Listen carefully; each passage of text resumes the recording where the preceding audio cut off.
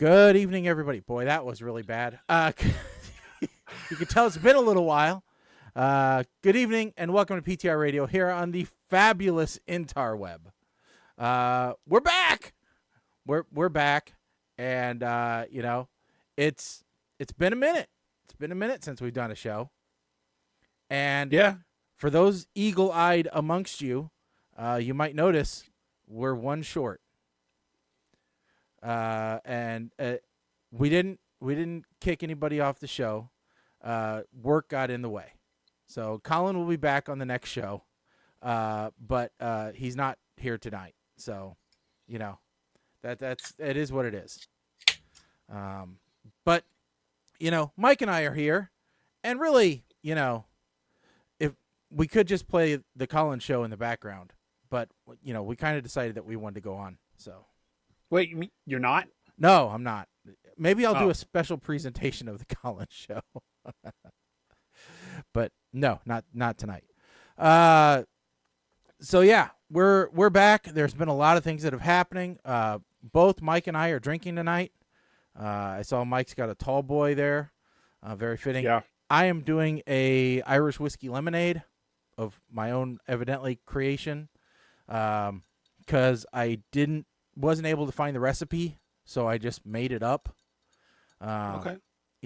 So if you want to make this concoction, like Mike's own recipes that he's made up sometimes on the show, it is 1 part Irish whiskey. Take your pick. I traditionally, I think this is made with Jameson, but I don't care for Jameson.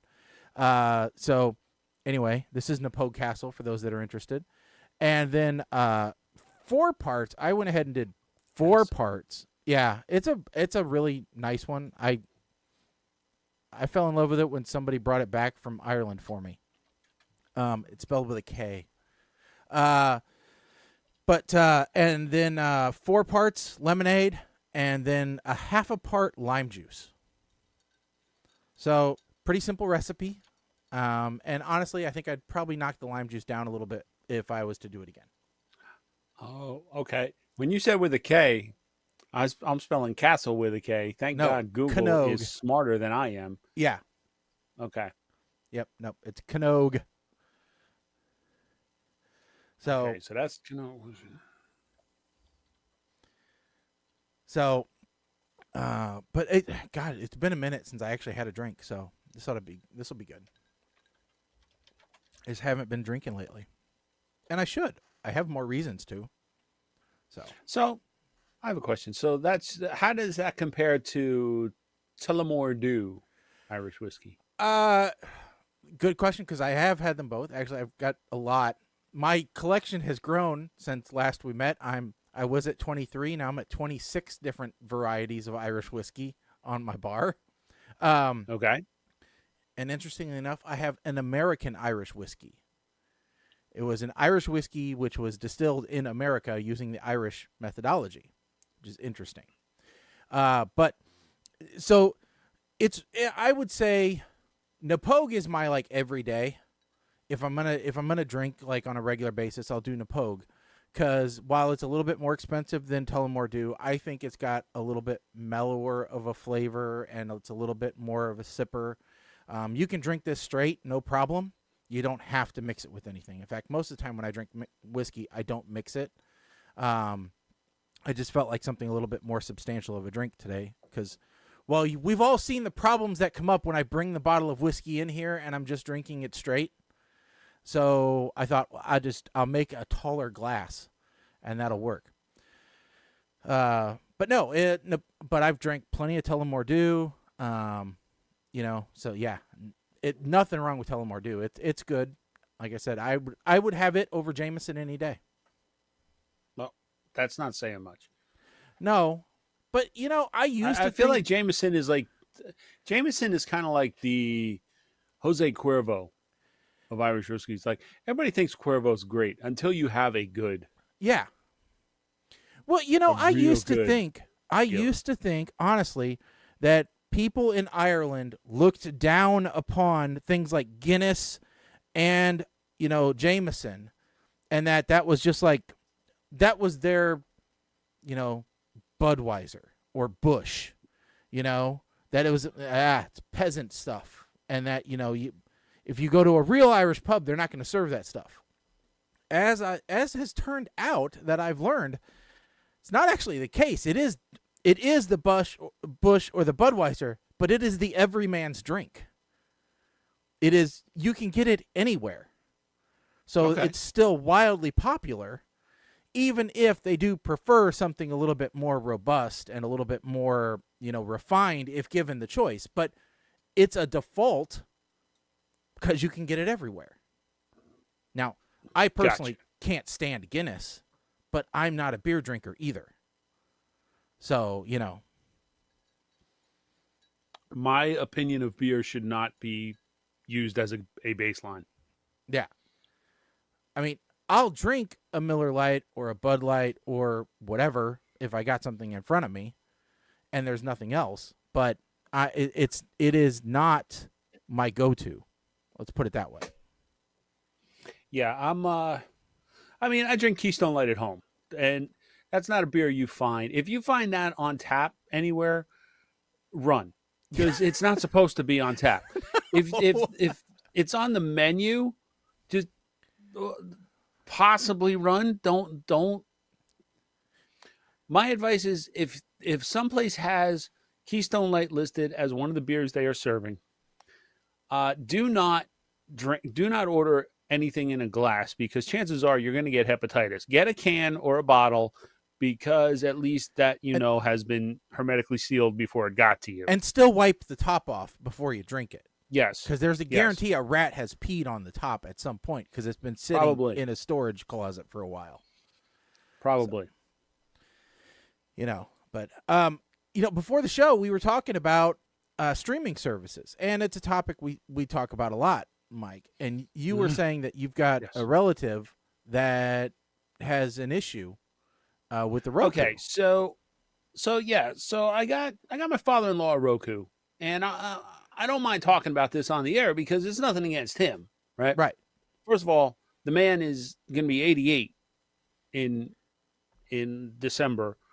He just turned 87, so the fact that he's using a Roku is leaps and bounds ahead of most of his generation. I got my in-laws a DVD player, I think, when they were in their mid-60s. After they passed, my father-in-law passed last, and he was 92. I found DVDs that we bought them when we bought them the DVD player that were still shrink-wrapped.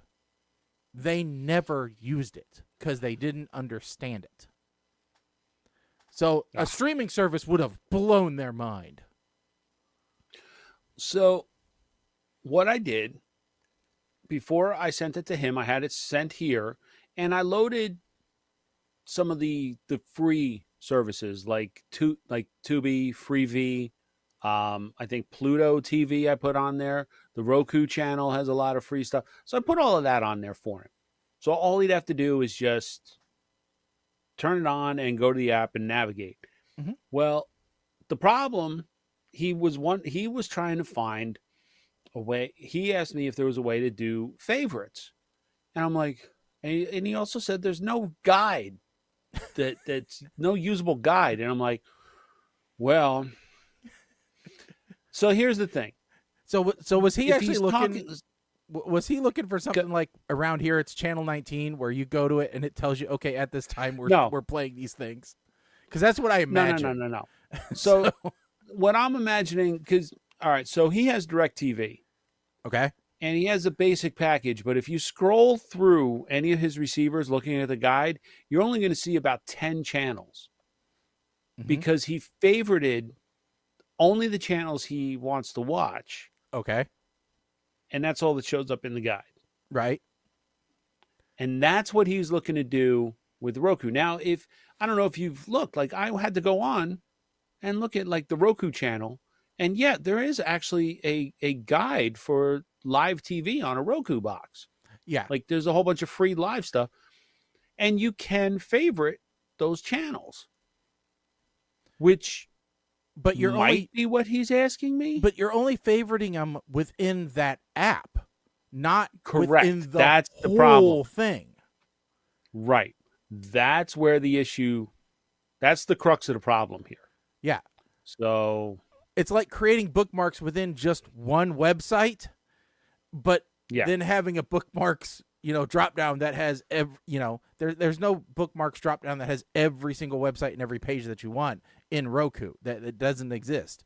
You have to go, Yeah. okay, well, So- that bookmark was in Voodoo, so I need to pop to that first, and then I can go to my favorite there. yeah. So I have to. We're going up there next month, and I said, put a pin in this until we get there, because I got to show you. It depends on the app, and it Yeah. might be different for each one. Mm-hmm. And he understood. He was okay with that. See, bonus So- there. Yeah, see, because I had to reorganize all the icons on the Roku for my wife and put the ones that she uses first, so that when the Roku TV comes on, she doesn't have to mouse all over the place. And then she's kind of the same way as that. Hey, I want to be able to go to these things, but it gets worse almost. So like we're a big Plex household. And for those who don't know, Plex is like building your own Netflix, right? So you get you take your DVD collection that you lawfully purchased, and then you back them up so that you can use them within your own house. And so, I did that with all the tens of thousands of DVDs that I lawfully went to Walmart and bought. And I have those, fully legally, available to just within my own house. And my wife goes, I just don't know what I want to watch. And I'm like, what do you mean you don't know what you want to watch? I mean, she goes, I don't have anything to watch. I'm like, you have 3,000 Hallmark movies.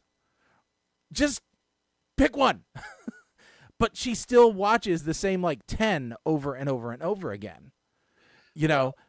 And so, but I was also kind of looking for a solution on this. And I came across this one guy who actually said, listen, I run into a similar problem. He goes, I've got this whole archive of all my Simpsons episodes and all my Family Guy episodes. He goes, and I get choice, anxiety by choice.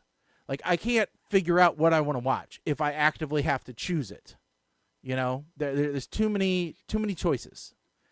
yeah. He said, so what I did, and this guy, kind of a brilliant idea, and I'm not saying this is the answer for everybody, but this was the answer for him, and I can see the logic in it.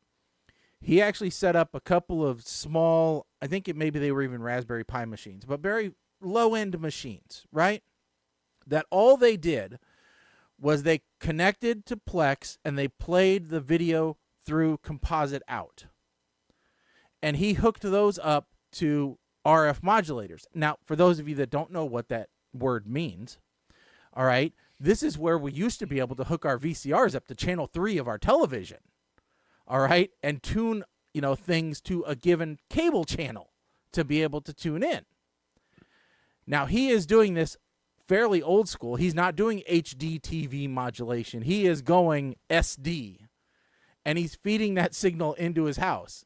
So, he goes, I've just got him on a random setting. He goes, so I've got one channel that's Simpsons TV that just randomly picks a Simpsons episode and just plays them nonstop. It's just the Simpsons channel. He's essentially become his own cable provider. TV network. Yeah. Yeah. He's only got 2 channels, Simpsons and Family Guy right now. But, that's all they do is they just play those shows. And he goes, you know what? I watch more of them. He goes, because if I'm in the kitchen, I turn on the TV to channel 3, boom, I'm watching The Simpsons, whatever one happens to be on. And I'll sit there and I'll watch the whole episode or whatever's left of the episode that's on.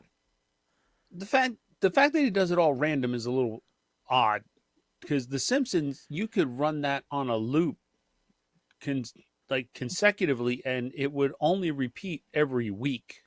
But the thing is, those were not episodic, or they weren't serial. Oh, that's true. No, So that's true. Doesn't matter. That's true. It doesn't matter. There's certain things back in the day, you didn't have to watch the previous week to understand what this week's doing. You didn't have to binge watch. True. So there's a lot of shows that are like that where you could just say, you know what, random. And actually, I did that for my wife. I taught her, because one of the things that she likes to do is watch Matlock. But there's 10 seasons of Matlock, but which one do you want to watch? And she did go through and she watched them all start to finish. She goes, but now what do? I said, well, hit shuffle and just hit a random one. I'm like, because you don't know which one you want to watch, and it's going to take you 20 minutes to figure out which one you want to watch. Just hit shuffle and put on whatever one you want. So I'm really thinking about getting myself a couple of modulators and just, having a few channels just to make her happy, kind of. Yeah, why not? So. Couldn't hurt. No. I mean, the trick now, though, is to make sure that your TVs actually have a digital tuners and the inputs. Yeah. Yeah. Because a lot of the TVs now don't even have tuners. Yeah.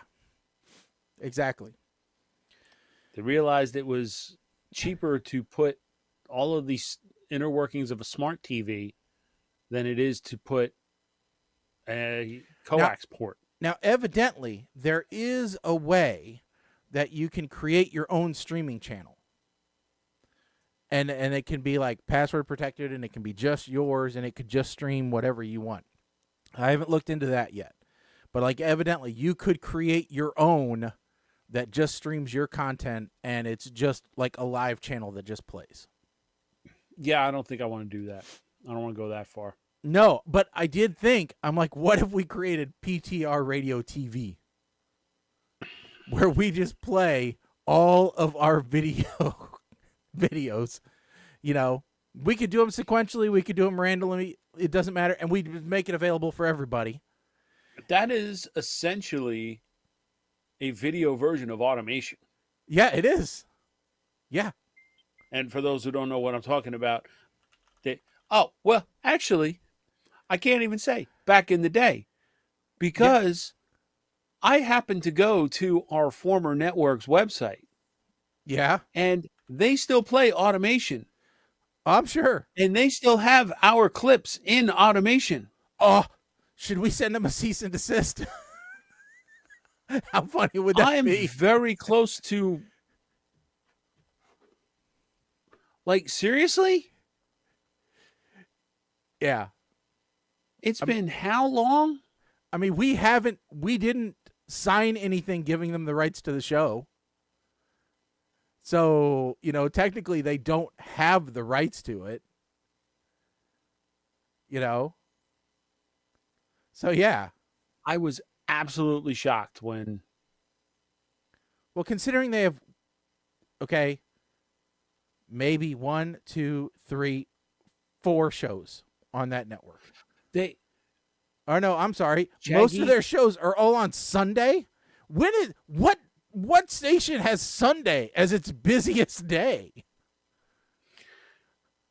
When I did tune in, it happened to be a show that we questioned whether or not they should actually be on a comedy network, and one of the hosts is deceased. Ah, okay. All right. So I said, what the hell's going on here? Makes me wonder just how far back they're going and whose idea was it to keep that going. Yeah. I mean, yeah, that begs the question of sanity, really. And they're still advertising people to tune in with Winamp and real audio. It shows you how far behind they are. So, on another note, yeah, and I posted this one up now, and just about an hour ago, and damn it, we're going to talk about this because the one person who would argue with me that that's not the case is not here. So screw it, I'm going to talk about it. Was it July? That Prime Day? Yeah. Okay. And during Prime Day, I went in the show leading up to it, I made the comment that Prime Day was starting to feel like Earth Day, that they're having more than one a year. Yep. And I was told no, that's not the case. No.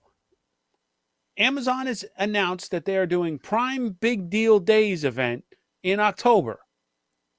Mm-hmm. Yes. Prime Day is part of the damn name of this event. They are doing multiple Prime Days. I'm not imagining things. Or they're listening to PTR Radio and realizing we're brilliant. Yeah, we know what we're talking about. So Will we have, all right, we don't already have a Prime Day in November, do we? Because we have Cyber Monday already in November. Well, no, but they just lump into Black Friday and Cyber Monday. Right. So will they call it like Prime Monday? They don't. Well, no, they don't do. They don't call them Prime Day because that's just a giant retail event. Okay. So nothing that this October one does not line up with anything unless they're giving you like free candy. What is it? October 10th and 11th. That lines up with nothing. Well, is it? Wait a second. Isn't that Indigenous Peoples Day? Are you gonna make me look on the calendar? I think so. I think it might be Indigenous Peoples Day. I think one of those days is. And what better way to celebrate than blatant commercialism? The 9th. October 9th. Yeah. So how better to get over your post-Columbus Day / Indigenous Peoples Day hangover than with blatant commercialism? Oh! September 10th is not September. Darn it. Get me to where I need to be for the holidays. I'm going to say the holidays are, okay, October 9th, yep, Columbus Day. October 16th, Boss's Day. 21st, Sweetest Day. And then Halloween. That's all you got in October. So maybe you also have October 4th. Which is, I don't remember what caused me to put this in there, but I have a note on my calendar at 2:20 p.m. that it's massive emergency network test on October 4th. And I believe this is one of those everybody's cell phone in all of creation is going to go off with an alert. Yep. FEMA and FCC plan nationwide emergency alert test for October 4th. Oh, hold on. It's been postponed. Has it? Because of severe weather. The national test will consist of two. I think there was an update. This released August 3rd. Backup okay, test is postponed. The purpose of October 4th test is to ensure that the system's continuing to be effective means of warning the public about emergencies, particularly those on the national level. Oh, in case October 4th is postponed due to widespread severe weather or other significant events, the backup testing date is October 11th. So, fantastic. Okay. So it's not postponed yet, but it could be. Okay. Now, the whole reason I put this in my calendar is, well, the company I work for, like many companies, has implemented a return to office mandate. Also known as eat a bag of dicks nationally. So I put this on my calendar to make note. Do not schedule an important meeting, depending on how I feel, during that time. Oh, my God. That is a to Wednesday. See if everybody's phone goes off. That's a Wednesday, so everybody in my office is in the office on Wednesdays. Have they assigned days for your people to be in the office? Yes. So we have a hybrid schedule. So you can do up to 3 days remote. You can pick any 3 days between Monday, Tuesday, Thursday, Friday, but everyone is to be in the office on Wednesdays. Really? Okay. Yeah. See, they just told us we have to be in the office 3 days a week. No, they wanted to be And able to have one day where they could schedule a meeting no matter what, and people would be in office. okay, and that's fair. That makes sense. I guess if you have the space for it. Yeah. What they have done with us is we are being called back to the office, but we're not being assigned space. So it's show up and find a workstation to work at. You can't reserve them. First come, first serve. It's the dumbest thing I've ever seen in my entire life. It's absolutely stupid because the workstations are just offices that were unassigned and they've unlocked them. See, we just got moved. My division just got moved into another office, into another building. And the people that were there, that are there already before we moved in, act like they own the whole damn building. And so they have, even though every one of them and their contractors, every one of them has an office and or a cubicle assigned to them, they have reserved every single conference room throughout, I think, the end of next year, so that they can collaboratively work together. But yet when we asked for more offices and desks, we were told no, they're assigned to the contractors. So we're like, either they need the collaborative space or they need a desk to themselves. They should not be allowed to have both. So here's the thing. If I knew somebody who was in the IT department at that point, I would be throttling specific network ports that are assigned to said desks, or certain Mac IDs if they're on the Wi-Fi. Mm-hmm. I'd be throttling them back to I don't know, DSL speed. Yeah. Why? Because I'm evil like that. Yeah. This is why I can't be in charge of things. Yeah. It's fairly ridiculous, this building. And so, yeah, I'm just waiting for other people to file grievances and all kinds of other things to hit the fan. So, and of course, when managers complain about it, we get blown off. So, we're going to let the underlings do what they do, which is complain to the union, and then things will actually get changed. So. And then my neighborhood, because they do neighborhoods by division kind of thing, right? So you should try and get a workstation in this section so that you're in the right neighborhood. Okay. They started doing complimentary coffee and tea on the floor above my neighborhood and the floor below, not on my floor. To me, this is a calculated decision. To me, it's a personal attack. Can't you just go to the floor above or below to get coffee? Of course I can. However, the one bank of elevators, first of all, I don't know where the stairs are. I have not gotten an updated fire plan for my floor. So I don't know where the damn stairs are. There's the only reason I know the offices that I've kind of been sitting in with my coworkers, the guys I actually work with, is because I go down, I get off the elevator, I go down the hall, and when I see the automatic electronic defibrillator on the wall, hang a left. Don't you love those things?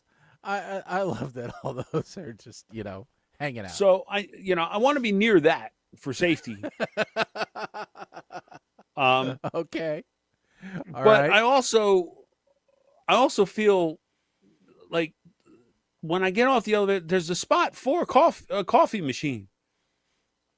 Mm-hmm. And it's not even like a coffee machine. Okay. It's not a Keurig. It's one of these things where you put like the kid's Go-Gurt looking thing in and close it, and it makes the coffee out of that. You know what I'm talking about? Yeah. It's like a pouch thing that you got to slide in, and then you close it, and it brews the coffee. Yeah. Yeah. And then the thing just disappears. And of course, the new equivalent to drinking the last cup of coffee without making another pot is you brew this thing and get the message when it's done that the pouch trash bin is full. Please empty it to continue, and you don't do it. Mm-hmm. So there's going to be fights. I know this. Yeah.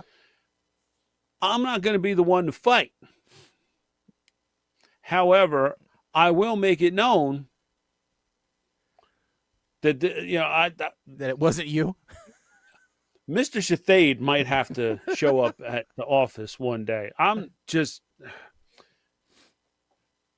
Congress doesn't have a dress code anymore, so I don't think anybody in corporate America should have a dress code. Oh God! So this dress codes came up at work because we do not have a dress code according to our policies. All right, but yet one of our executives came through and she was not happy with what she was seeing. She said, "People are dressing like slobs. We have to do something." And so we said, "What do you want us to do? We don't have a dress code." And she said, "Well, it's up to managers to decide what is work appropriate and what isn't. So you should send something out." So my boss's boss's boss did send something out. Except the problem is the people that they said that dress like slobs, not our division. They work for another division. Most likely, they were contractors. They weren't have their even own set us. of rules. Yes. Yeah. So it had nothing to do with us because we've already shamed the people that dressed like slobs in our place. I had a guy who worked for me who wore sweatpants to work one day. And I said, "Hey, Captain Sweatpants, we don't do that here. So wear jeans like the rest of us or slacks." So, yeah, I wear jeans. Okay. For some reason, it's not popping up, but Gimp Master Flex writes in, glad I work from home advocating for clean energy and consult on clean energy projects. Uh-huh. And I grind my own coffee at home, much more caffeine and tasty. Let me tell you something. Yeah, I grind coffee for my wife too every day. That's no big deal. Let's be clear about something. Pal. Buddy. I worked from home for 17 years. And somebody got a stick up their ass and decided, yeah, no, come back to the office now. Somebody decided they need to be like Google and all that, and Zoom, coming back to the office. Zoom! The teleconferencing company canceled work from home. Mm-hmm. What's wrong with this picture, people? What is wrong with this picture? And screw clean energy and the windmills. I said it. Yeah. Nuclear. The nuclear option must be utilized. There we go. Okay. Now we got it, I think. We don't need that covering you every time we pop something up, but okay. We'll see what. That's fine. That's fine. All right. Anyway. I'm not overly concerned about it. I'll read them out old school. Okay. So yeah, no. Our so we latest also thing has been ice. We want an ice machine. Oh well, we have an entire floor of interns above us, and I see them walking around with their backpacks, both straps, of course, because good posture, and their Vans and their T-shirts. I said, well, wait a second now. I may not look like an intern, but damn it. Well, wait a second. I think I can wear T-shirts. I'm not going to go wearing the Dickens. You could be cider Robert. You could be shirt. Robert De Niro in The Intern. He was an intern. How dare you, sir? What? You don't want to be Robert De Niro? I'd rather be Mike the Ape Man, still getting my damn paycheck instead of being an intern. I'm just saying. Oh, you don't have paid But- interns? We have paid interns. Well, yeah, we have paid interns too, but I know it's not great. they don't have pensions. Yeah, true. No, I'm not saying, I'm not going to wear. Hold. So here's yeah, the go other ahead. thing. Go ahead. Yeah. No, go So ahead.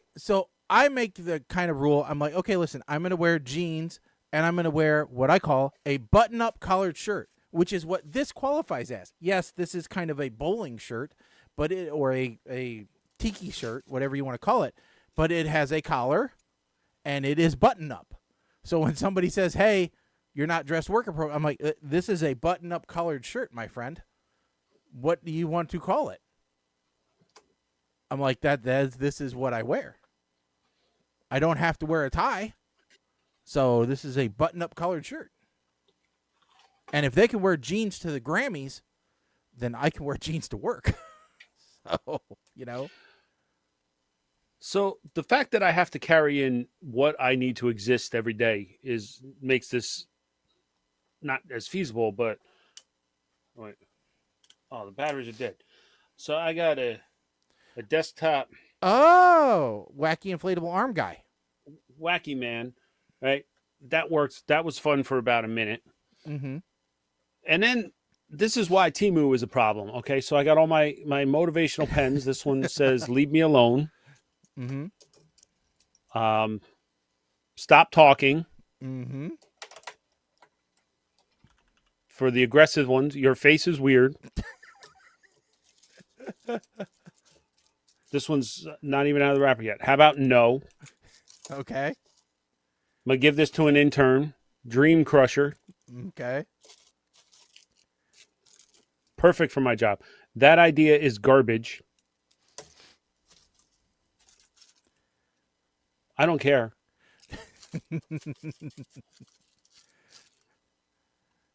Oh, you can't see this. Not my problem. That's a good one for work. Good. And then my two favorites that I actually did I show you stop talking? Yes. Okay, I showed you stop talking. I showed you leave me alone. Your face is weird. Okay. Blah blah blah. And finally, unfortunately, this is on like lavender, so it's going to be hard to read. But that's not my job. All right. Those are all Right, perfectly so- valid. So I have made it a point that I'm going to get a bunch of just single color pocket T-shirts that I can wear to work, like not like cotton, but like Right. sort of dressier side, and just keep the pens right there, and then so I could just easily pull it out and just be like, "Leave me alone." Yeah. Stop talking.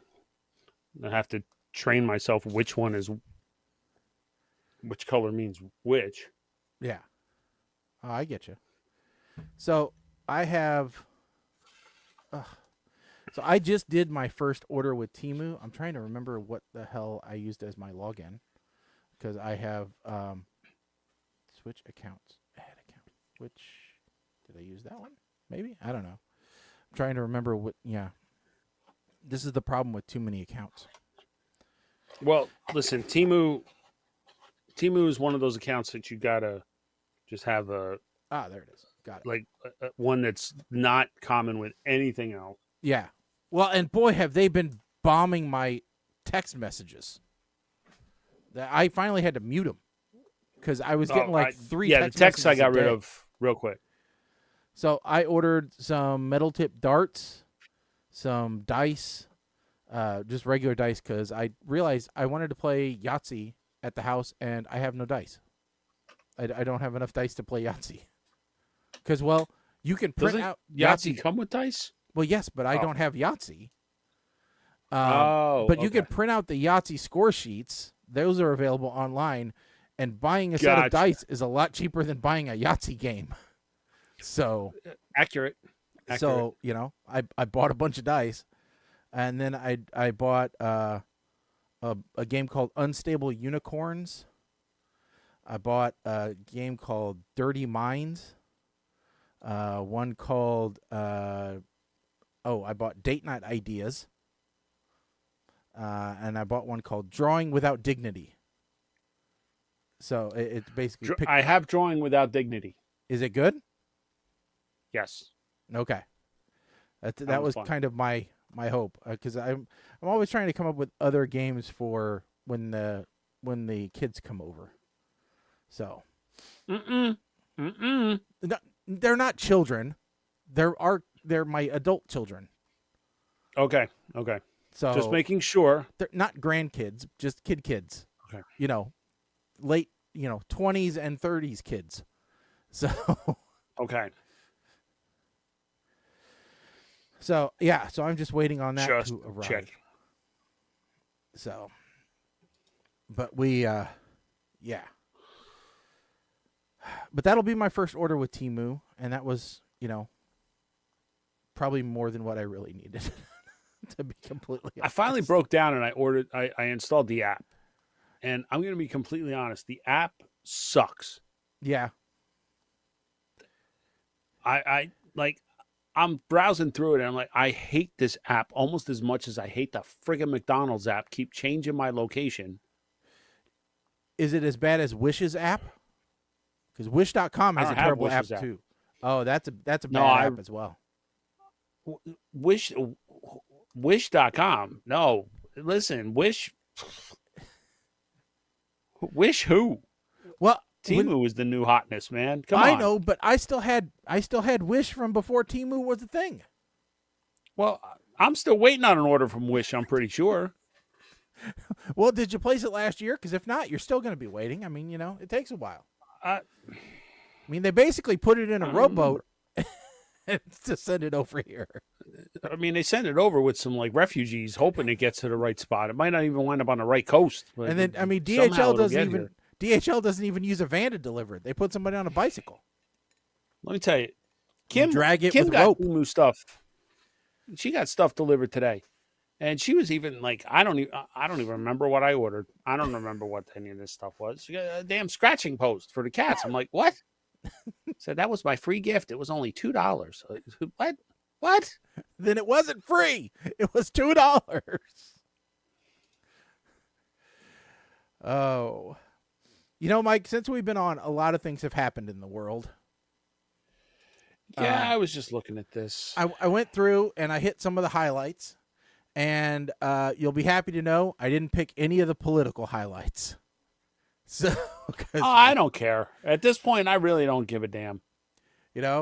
But here's one that you probably do. Well, you probably don't because you've already got the mortgage and you're probably not going to do it again. But mortgage rates rise above 7% for the first time in the last 21 years. So I do actually care about this one because it makes it that much harder financially for you to decide to sell in order to move. Yeah. I mean, yes, you're going to get a lot. Yes, you're going to get a lot from your house because it's still a seller's market. But to then buy, you're going to be paying a lot. And, oh, God forbid, if you have to rent, good Lord, if you have to rent, you might as well sell a kidney. I mean, because that's what it's going to take. Look, the property values, they may, if the mortgage rates come back down, property values could potentially go up because people will be able to afford more house because their mortgage payment won't be as high. Yeah. So I'm hoping for a little bit of a balance, like a compromise here, because right now I'd be doubling my mortgage interest rate. Yeah, me too. I would almost be tripling it. So we are planning on moving out of New Jersey,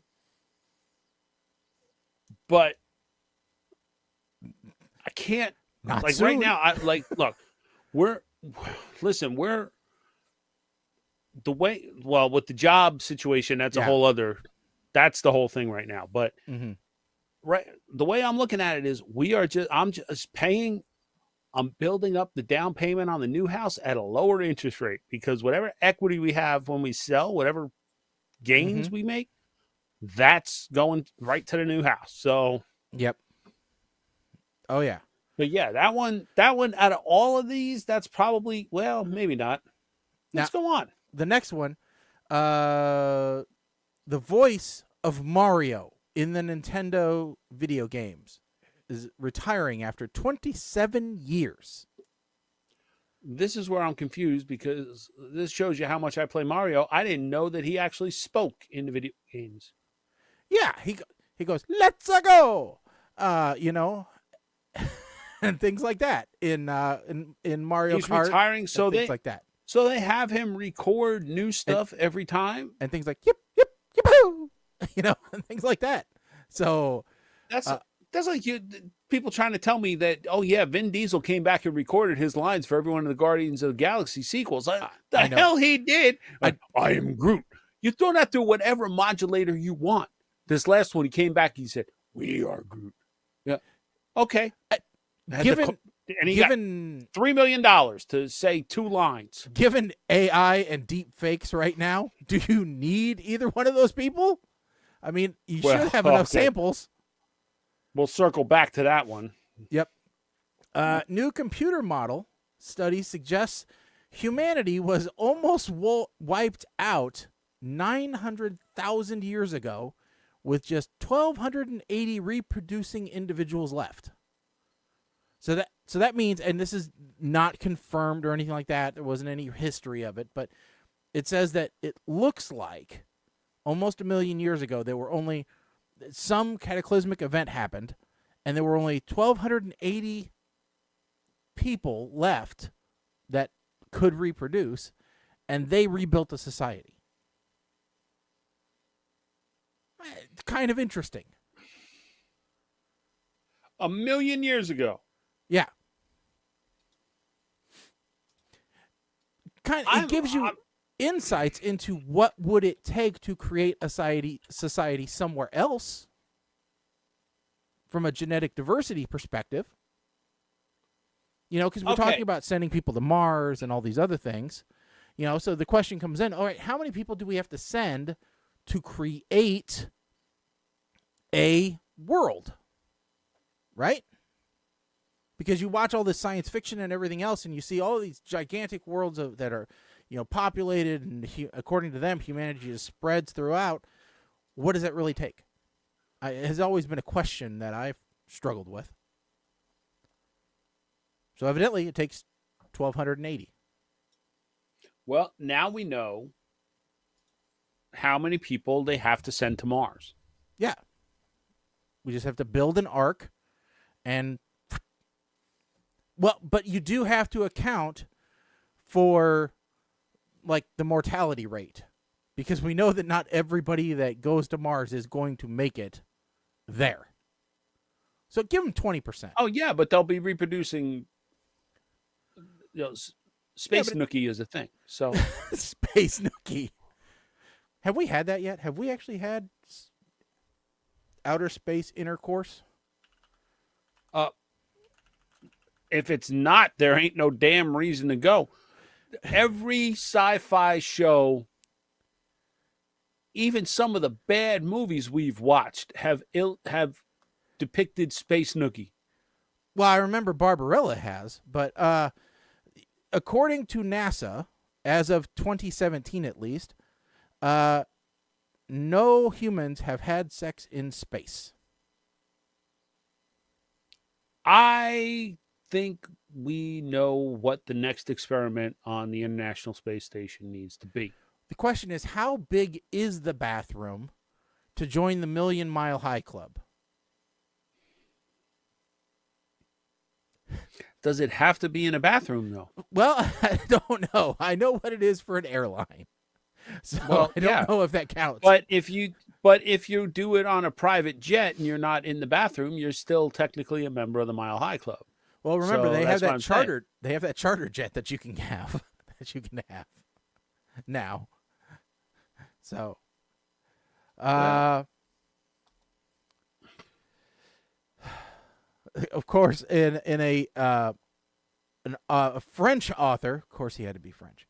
Pierre Collier put in his book called The Last Mission that NASA had commissioned a study on the various sexual positions in outer space. NASA commissioned a study on Space Nookie. Would be interesting to see which They couldn't have Space tested all of them. Snooky, codename Snooky. No, not codename Snooky. Not codename Snooky. All right. Next up. This is on the bad side of the house. American That 70s Show actor Danny Masterson sentenced to 30 years to life in prison after a jury convicted him in May of 2 rapes which occurred in 2003. Now, yeah, so we talked about that when he was accused because he was removed from the show on Netflix, The Ranch. Yeah. And the question then was, it brings up the whole debate about statute of limitations. And I don't want to get into the debate about, rape and victims and no, because what's right, what's wrong and all, but no. I don't want to make the mistake of Mila Kunis and Ashton Kutcher by appearing to provide support. Well, and that's the thing. Yeah. That's the only thing that I would talk about on this matter is the appearing to provide support. Because in watching their apology video, because what they did was they wrote to the judge at the behest of the family, evidently, according to them, for leniency in sentencing. That was their plea. Now, and they talked about the guy's relationship with his wife and their kids and that kind of stuff my understanding is the contents of the letter. Now, I don't know that they argued and said this didn't happen or anything like that. As far as I know, and again, I didn't go into depth about this, but they just asked for leniency in sentencing. And somehow people construed that as they were going against the victim. Now, my wife had a little bit of not a relationship, but a knowledge of some people who were going through similar, where their son had been convicted, and they were asking people, not my wife, but other people that knew him to write such letters. All right. I can't imagine the pressure that would be on you if you were asked to write such a letter by a family. One, okay? I can't imagine what that pressure would feel like. Especially if you did know that person fairly well because they worked together for years. All right. And, I can see where they thought that there was going to be some level of confidentiality in that letter, knowing that it was going to a judge. I'm not excusing, what appears on the surface at all. But I'm just saying that, I don't think that their letter asking for leniency was, in my mind, diminishing the victim's harm. So I thought about it after, and I watched their apology video too. And if I was in that situation, this is kind of where I started, I guess, getting into my feelings about it. If I was in their shoes and a family came and asked me to write a letter asking for leniency, the first thought that crosses my mind is, if he didn't do it, why does he need leniency? If you want me to write a letter talking about our dealings together, just as like how I've interacted with you as a person and what my thoughts about you as a person are, I would do that. But it's not up to me to decide if you're guilty or not. If you're asking me, I guess that's the whole thing. Like, leniency implies that he did it. Well, and the question is, who's the leniency for? Because I guess when you're talking about the relationship between him and his family and everything else, I guess the way I interpret it is not the leniency for him. It's for them. It's for, like, his kid. Because his kid's now got to grow up without a dad in the picture. Right? Fair. So, because no matter what, that's, that still happens. I'm not taking that's kind of anything the away case from the for victim's experience or anything like that. There's well, damage and there that needs to be atoned for. I think that's where it becomes fuzzy. Because if you're asking for leniency, you're almost saying that, well, what the victims say he did really wasn't that bad. So that's the interpretation that's being made. Well, see, Or could be made. yeah, it could be made. See, I guess I interpret it a little bit different. I interpret it of, yes, he needs to pay. However, please balance it against the damage that it's doing to these other unrelated parties. So say, okay, you're sentencing him 30 years to life, right? If that's what you're being saddled with. Okay, maybe just tell him it's the 30 years part. Because when he gets out, he's still going to be a crippled old man. But at least his daughter knows there's a chance that he might get out at some point while he's still alive, rather than dying in prison. Yeah. It's a very touchy subject, and I don't want to take anything away from the victims, because that is right. entirely wrong, and that's not what I intend to do here.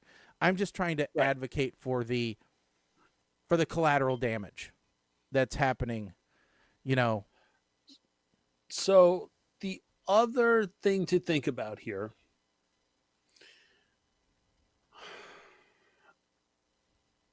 and now I just completely,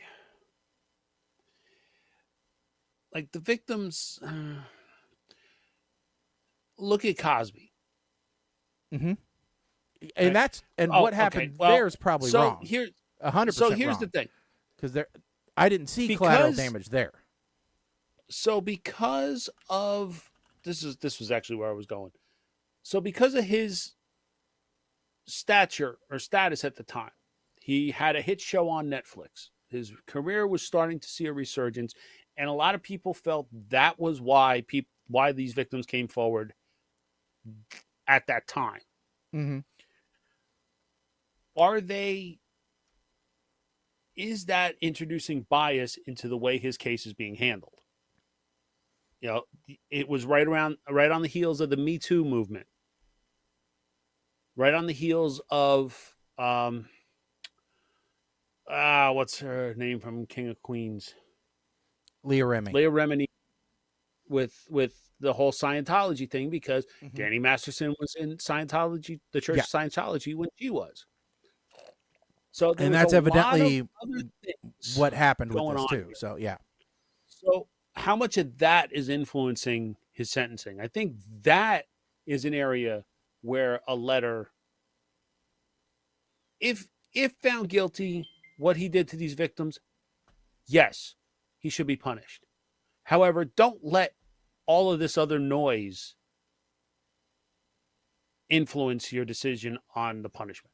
That would be my that's right. And best case interpretation. And don't interpret anything that I said to mean that he isn't guilty or he doesn't deserve punishment or anything like that, because that is not what I think that it would be a complete misinterpretation of what I was talking about.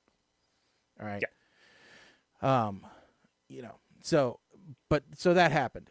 September 11th, U.S. sets a record for the number of 23 weather disasters in 1 year, costing more than $1 billion in less than 9 months.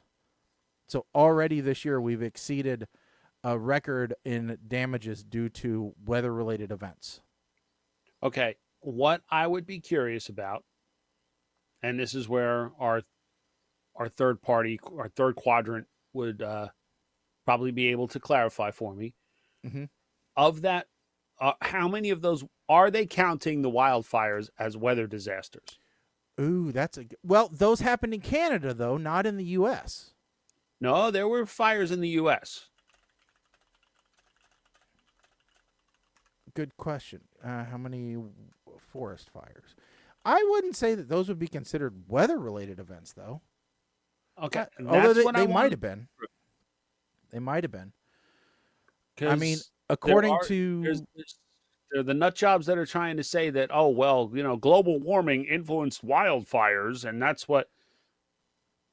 According Okay. to according to Google, there have been 42,689 wildfires in 2023 alone that have consumed 2.1 million acres.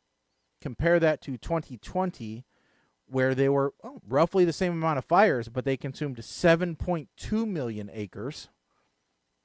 And 2019, where there were 37,715, where they consumed 4.3 thousand million acres, which was a down year.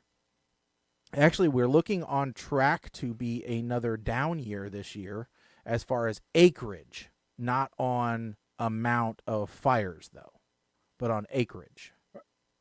So, like the Hollywood, I thought there was one like in like Beverly Hills or in California. I thought there were wildfires this year that like some of the stars' homes were in jeopardy, unless I'm getting my years confused, which has happened a lot lately, I'm sad to say. Let's see here. California had 5,474 wildfires. They burned 257,000 acres. They had 4 fatalities and 42 structures were damaged. So I don't think I mean if they were damaged, I don't know that they were, massive. That might have been 2022 though, because I think that was a bigger fire year for that. Perhaps. I mean, but I think we'll all remember the days this year where the sky, especially in your area, was orange. Mm-hmm. During the day. And I mean, we even got, the smoke and the pollution down here from the Canadian wildfires, which I believe are still going on. Just not to the same degree. So, but I will say that we're just starting hurricane season now. It's pretty bad when I have now in my YouTube algorithm, I have a amateur meteorologist that I'm tracking. But I'll tell you what, he gives some great advice. He tracks storms really well, better than a lot of the channels do.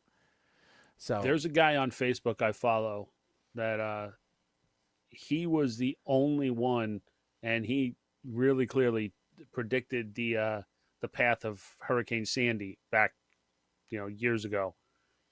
He was the only one that was telling New Jersey, guys, get ready. This shit's coming. Yeah. Everybody else is like, it's going to be off there. It's going to do this, that. Nope. He was spot on. This guy is like the Hayalls report or something. Let's see here. I have to find it. But yeah, he's really good. I actually like watching his weather reports. I learn a lot. Next up. September, moving into, so we're into this month. So September 14th, NASA probe into UFO sightings prove inconclusive, largely due to lack of good data. Found no evidence of aliens, but doesn't rule out the possibility. In other words, same old, same old. One, didn't they just declassify a whole bunch of files about UFOs or whatever they're calling them now? Yes. Okay. Now, number two, which by the way, they just find like, how crazy is that? Back in the 60s and 70s, if you would have told somebody, hey, someday the government's going to declassify and publicize a bunch of pictures that show strange objects in the sky, and they're going to come out and say publicly, hey, there's a lot of stuff going on in the atmosphere that we don't know what it is. Here's the information that we've recorded and kept secret. You'd have been locked up in the loony bin or told to go open up a store in Area 51. Yeah. That never would have come out before. And didn't they just say that they found like a alien sarcophagus in Mexico that literally looks like the little dude from inside the suit in Men in Black? I was going to say, do you think it's part of the Stargate? I mean, when you say sarcophagus, I think of Stargate. But I don't think anybody found Little Green Men. Did we declassify little green men? Little gray Alien men. Here. I'm going to send it to you. Okay.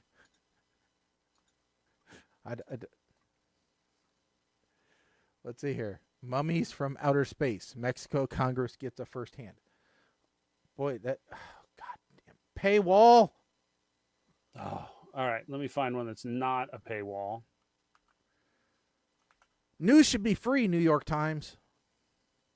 Here, space.com, is this? Here, I got it. Eyewitness News. Dun, dun, dun.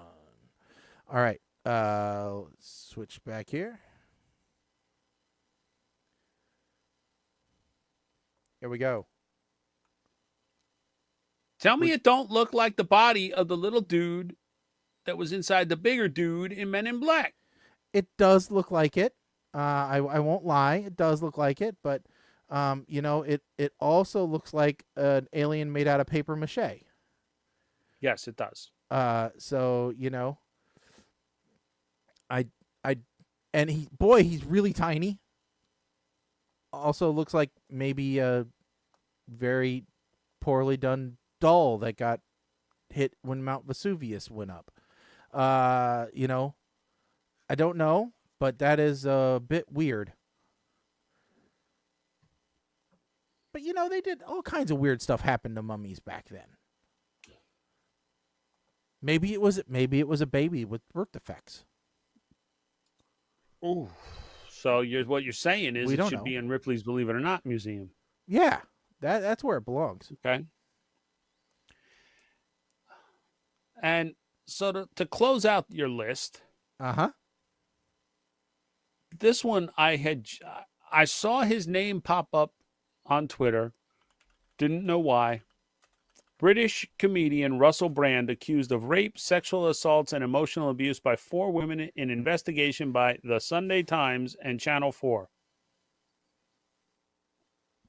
Wow. Yeah. I just rewatched a Bake Off episode with him in it. So, now let's be completely honest. Brand 48 denies allegations of sexual assault made by 4 women in a Channel 4 television documentary and the Times and Sunday Times newspapers. So this is, he says it didn't happen. We're not saying we know either way. None of us were there or can comment. But these allegations are being taken seriously, but they were alleged to have taken place in Soho in central London in 2003. So 20 years ago.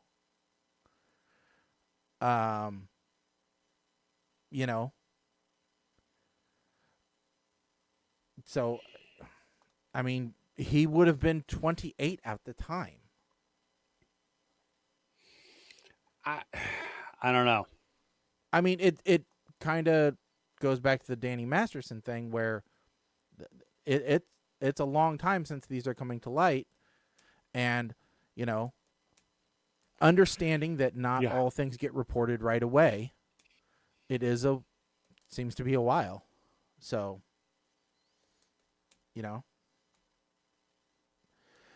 So, they're checking it. So, I mean, that long ago, a lot of things change. So, and this is just the non-political stuff. Yeah, we didn't even get into indictments, failed plea bargains, political races, lawsuits, attempts to get people off of benches before they've even heard a trial. Anything like that. We didn't do nothing about those. So next time when Colin's on, we'll talk about all that together. No, we won't. Yeah, okay. No, we won't. No, not at all. We absolutely will not. No. But. So we obviously can't do World's Worst. We can't do that game with just the 2 of us. No. But But we can talk about something. Okay, so you and I both experienced, for the most part, the one chip challenge yeah, earlier this year. In fact, that was our first show of 2023. yep, Well, Pocky, what we used was the 2022 version. Pocky has pulled the 2023 version from the shelves after a teenager died, allegedly from consuming the 2023 one chip challenge chip. yeah. Now it was Now, bad. Don't get me wrong, but it also had a ton of disclaimers on it about pre-existing conditions and what you should and should not do. it also said for adults only, Yes. not to be consumed by minors. Mm-hmm. In fact, I do recall there being one YouTube video where a corner broke off of one of the chips, so the guy let his like 8-year-old son have just the smallest piece, and he got blasted in the comment section on YouTube as a result.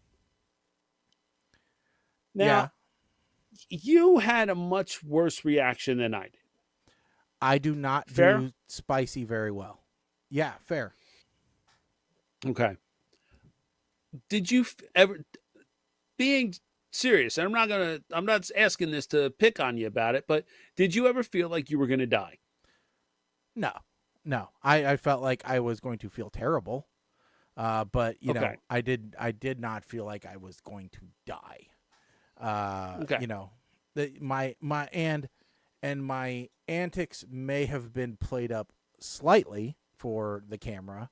But you know, it was not. You could see by the red in my face and the sweat coming off of my forehead and the hiccups. And the hiccups that I was not enjoying myself.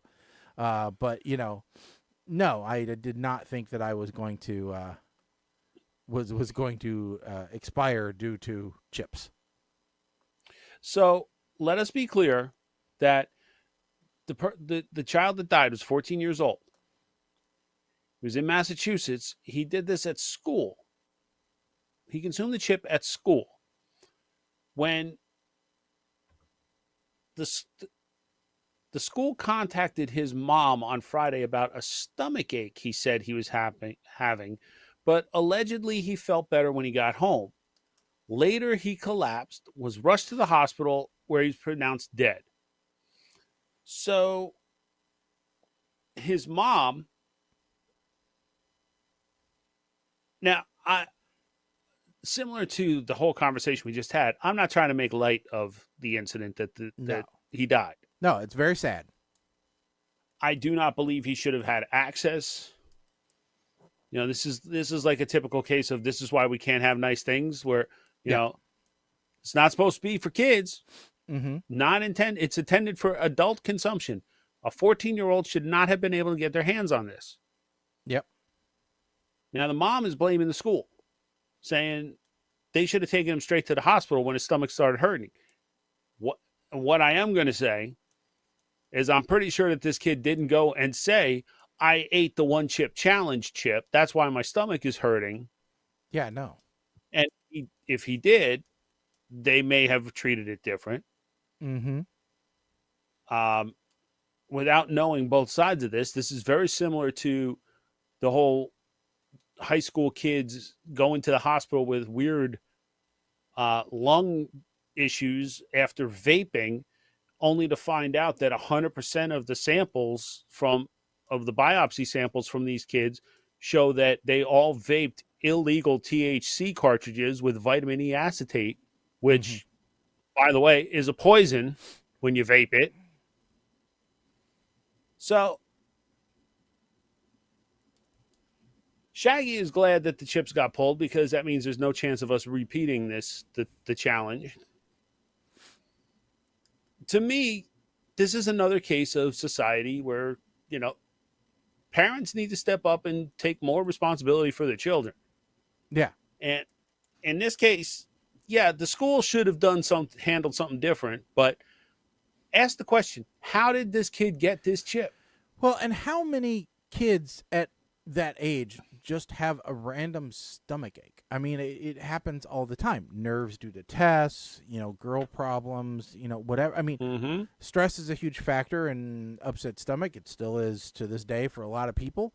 And, it just happens. So, and schools can't prescribe anything anymore, and so, they would have called the mother. I would have thought it would have precipitated a call to them. They wouldn't have just said, okay, go back to class. Sorry about your luck. So, if it was really worried about it, then,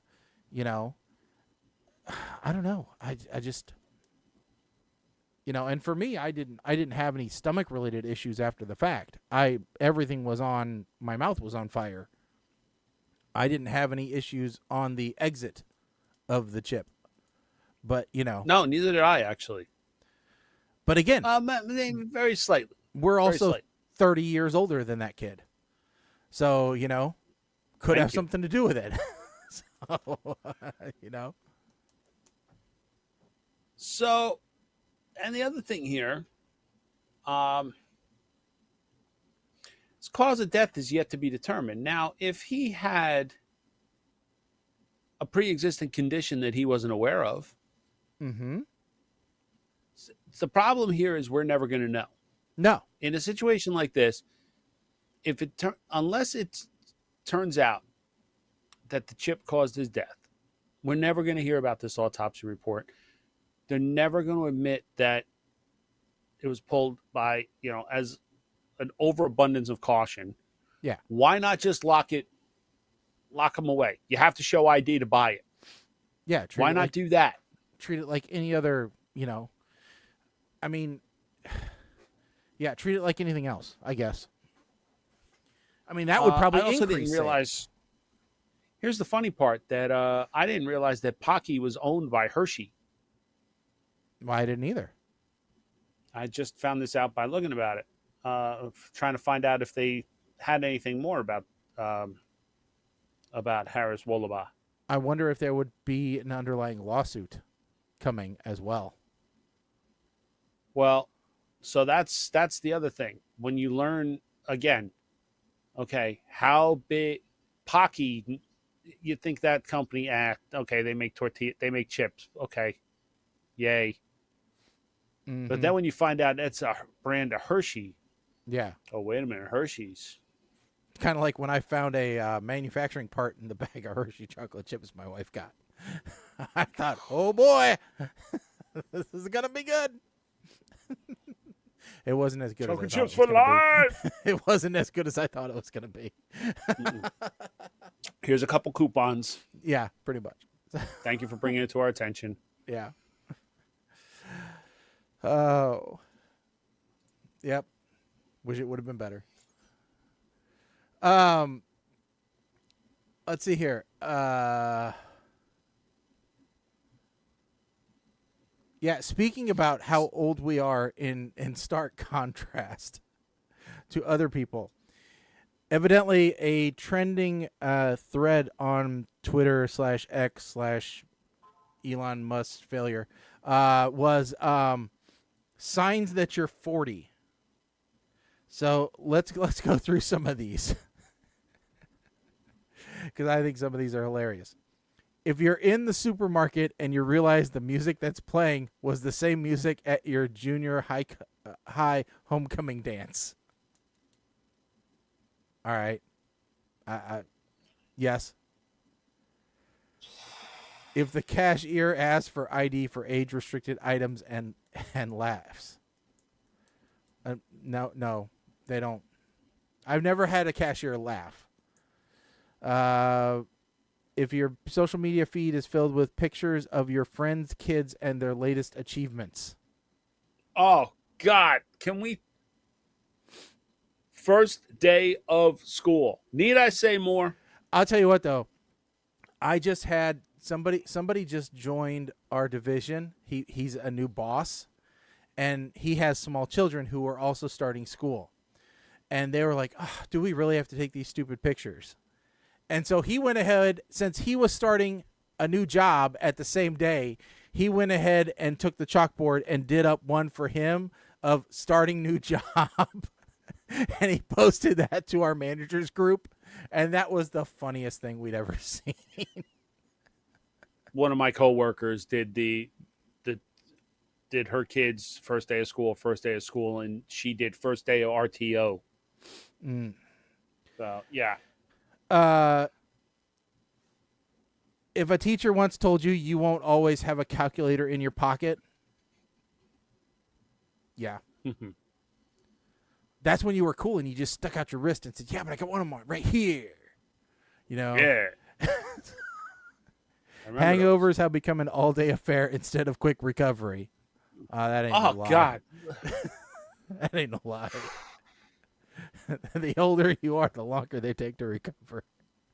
That's when you realize they're just not worth it. They're just not worth it anymore. I get to buzzed and I just like, no, I'm gonna hold off an hour, then I'm gonna rebuzz, then I'm gonna hold off an hour, then I'm gonna rebuzz. That's how it's gonna work now.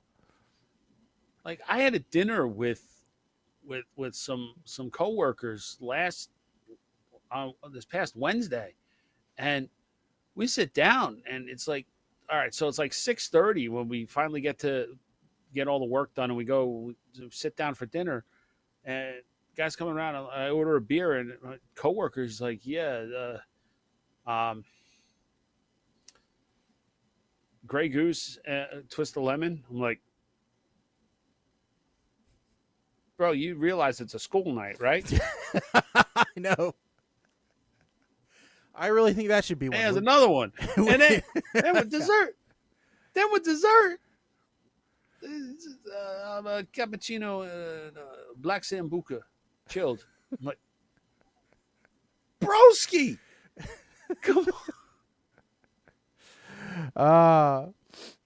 When you wake up injured and don't know why, you got out of bed wrong. That's all it takes. I was going to say, notice there's no implying you actually did something the night before. You went to sleep. That's what you did. Yeah, you went to sleep thinking whatever you went to sleep with was going to get magically fixed when you woke up. It doesn't. Sometimes it gets worse. When talking about directions, you say, let me map quest it. No, but you might say, hey, remember when we used to print out MapQuest instructions and you had to cross the country with 13 pages of printed directions because you didn't have GPS? Or the Atlas book that kept, in the side? So I remember staff picnic in Virginia. Okay.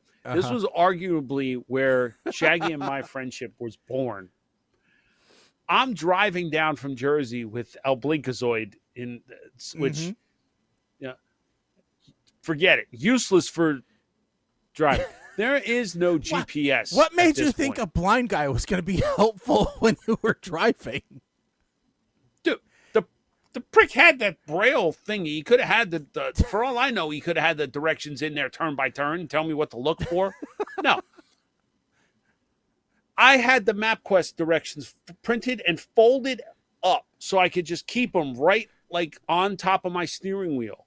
And when I got to the one turn, I could just flip it. So it was like a pyramid. So I could just flip it up and have the direction. And I did the same thing going home. Now, back then, while we were there, I bought a USB GPS and the program for my laptop. Dune did the same thing. Yep. Yes.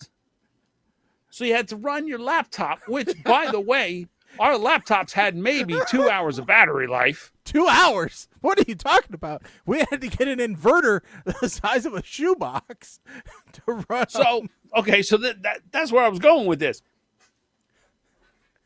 So I wound up at a later date helping one of our co-hosts move from West Virginia to Albany. Uh-huh. And I'm running my laptop driving down to West Virginia with this GPS thing working. And it starts to die. I had to find a truck stop in order to buy an inverter that was big enough to be able to run that laptop. Yeah. Which to this day I still have it. in the highly unlikely event I ever get a camper and need to run electric off. I know. That was such a it was such a road trip, man. It was so bad. Yeah. Oh Jesus! This next one. Oh God! You printed out greeting cards and birthday banners with a dot matrix printer, or simply you know what the holes on the side of the paper were for. I actually brought this up the other day at work. I said, I kind of wish we had a dot matrix printer so that we could print out a banner. I said, and then we could take the little things on the side and we could make the worms like we used to. And I had new employees look at me because they're in their 20s, go, what? And I'm like, yeah, that's what you used to do. You took the perforated holes and you made little wiggle worms with them. So mine wasn't on a dot matrix printer, but I will never forget, my mother got the Hallmark, official Hallmark card program. Mm-hmm. Right? And I swear I got the same birthday card for at least 7 years straight because my mother at that point refused to ever buy a card in the store. And yes, the wiggle worms, yes. You would save up all year this way. And if you figured out you could fold them and you'd eventually have one giant one that went all across your desk. So I was just looking up because I didn't have the Hallmark program, but boy, did we have copies of The Print Shop. Print Shop, yes. Oh my God, there is a version for Windows 10. The Print Shop 23.1 Deluxe. Borderbound still makes it. I almost want to buy it. Now compatible with Windows 11. All the clip art you could ever need. Oh, here's one you already know about AI, and his name is Clippy. Yes, that's right. Mm-hmm. You Jeevesed it before you Googled it. Yes. Yeah. And you remember using encyclopedias before Wikipedia. I have one better. Yeah. You used to own Encarta on CD. I got one even better. You used to have to go to the library. Oh yeah, that's where we had Encarta. I used to, and you would have to look up stuff on microfilm or microfiche. Or you had to use that stupid card catalog thing that nobody understood how it really worked. This one I'm not too quite yet. You get great enjoyment from watching birds at your bird feeder. Bro, we're there. Do you have the electronic bird feeder? The smart bird feeder? What? No. Oh, you need one. That way Is it on Temu? That way, the Bird Buddy. That's what you need. It is a smart bird feeder, and you can not only will it take pictures of your birds as they come and feed, but it will also identify your birds. Oh, no. It's like a Ring camera for birds. Nope. Yeah, I think Mrs. 8-Man needs one. How much is it? Before we even go any further, how much is it? Well, let me tell you this right now. You can buy knockoff versions because that's all I need to know. Can you get it on Temu? That's all I need to know. Probably because the cheapest version here is $200 for a bird feeder. Bird feeder is going to identify which squirrel is eating my damn bird seed. But you need one with the solar roof, so that's $270. Yes. So yeah. Okay. you make a noise when you make a noise to stand up. Yep. Caught myself doing that the other day. I said, holy crap. How the hell am I going to get through another hockey season at this point? Like, I feel like I'm falling apart. I make a noise to sit up in bed, let alone to stand up. Standing is an ordeal. You know? But yeah, so those are all signs that you're in your 40s. I hear people talking about now, like, oh, well, oh, God, I'm 30. I'm so old. Like, I will kick your ass. I swear to God, I will take this belt right off. You have no idea. You are not old. Mm-mm. Oh, God. So I'm at work the other day. This is one good thing. It's going to be show material, the fact that I'm actually going to work now. But I'm at work the other day, and I'm in the elevator going up from the parking garage floor. And the elevator's full, right? So as people are coming in, I'm right there. I'm like, what floor? And I wind up pushing all the buttons all the way up to 5. We get to, like, see us coming up. I'm like, okay, 3rd floor, bedding, housewares, major appliances. I turn around. It's all interns. They're all looking at me like, what? Oh, you didn't say in my head, lingerie? The little man is jumping out. Well, I was in the workplace. I at least had the sense not to go that way. But I literally turn around and I'm like, oh. So, little man on my shoulder is like, every single one of them still has wet hair from the fucking womb. Oh my God. These young ones, you could be a father to all of them. Mm-hmm. They Yep. Oh, same thing when I do movie references and stuff at work. Oh, they don't have a clue. We were, before we moved up to the workstation area where we're at, there were 3 of us that were reserving one conference room, and we were all sitting there. Well, the one guy has an intern he's training and comes in and is talking about it, and he's like, yeah, well, I'm 24, and I looked around. Everybody's got the same look, like, yeah, we've all been at this freaking company longer than he's been alive. Mm-hmm. Yeah. We are officially them now. Yeah, I've been working now for over 25 years. So I started my career when some of my employees were born. So pretty sad. And it's like I have a guy who works for me who I found out, now he's probably in his mid to late 20s, I would say. But I found out. And he's a grandpa? No.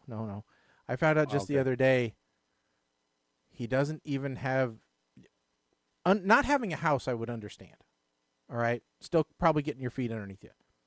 He doesn't even have an apartment. He literally rents a room. Well, I guess it's fine. I guess maybe he's doing better financially than I am. And it's probably a smarter decision. But boy, I can't imagine doing that when I was that age. Of course, by that age, I already had a kid. So, and had a kid for a long time. But,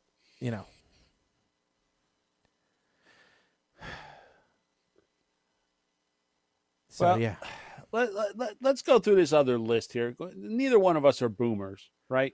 No. Nope. No, I'm Gen X. Mm-hmm. I'm solidly Gen X. So, yep. These are things that boomers got 100% right. Yeah. All right. So it's the opinion of boomers Number 1, I agree that I don't want to talk to an AI bot. If I have a question, issue, or need assistance, let me talk to a human being who is able to understand what I'm saying. Don't make me jump through the AI hoop. I 100% agree with this one. I'm sick of the automated chat bots trying to say, oh, I have a problem with my bill. Well, let me see if I can help you with that. Your current balance is... Bitch, I know what my current balance is. That's why I'm telling you I have a problem with my bill. Yeah. See, and I'm one of the jerks that are designing those things right now. So, I can say this. A poorly designed one is extremely infuriating. 100%. And there should just like a call tree, there should always be an option to get out to a human. All right. Okay, so here's the thing. There are some things that it can handle, and like if you were just calling to check on the balance of your checking account, you don't need to talk to a human. All right? Let the robots do stuff. Okay, that's fair. That's fair. Like Amazon, something doesn't show up, the AI bot can easily issue a credit for me. That's fine. Yeah. But the next part of that whole AI conversation, because this actually happened, was, can I speak to a person, please? I'll be happy to connect you, but before I do, can you please tell me more about your problem? Mm-hmm. I just told you, and this is how I'm typing. Oh, yeah. I'm an angry typer. I just told you I have a problem with my bill. Yeah. The best is when you get the voice AI when you're on the phone and you hear it.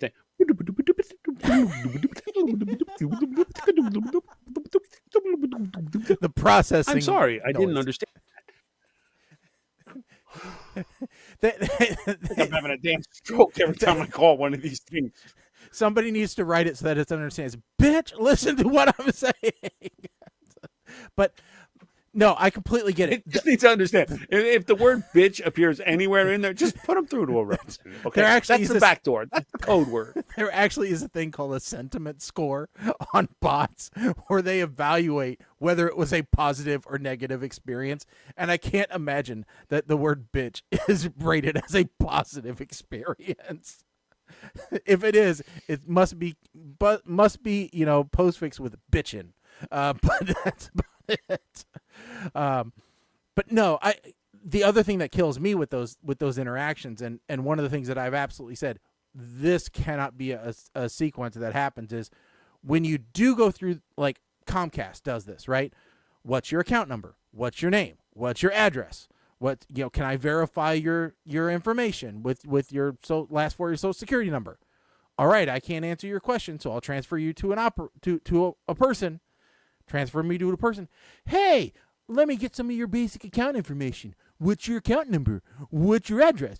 What's your blah, blah, blah, blah, blah. All the same crap I just entered and answered and took the time to put it in. No, pass it off. I know you can do it. I know the technology. You can do it.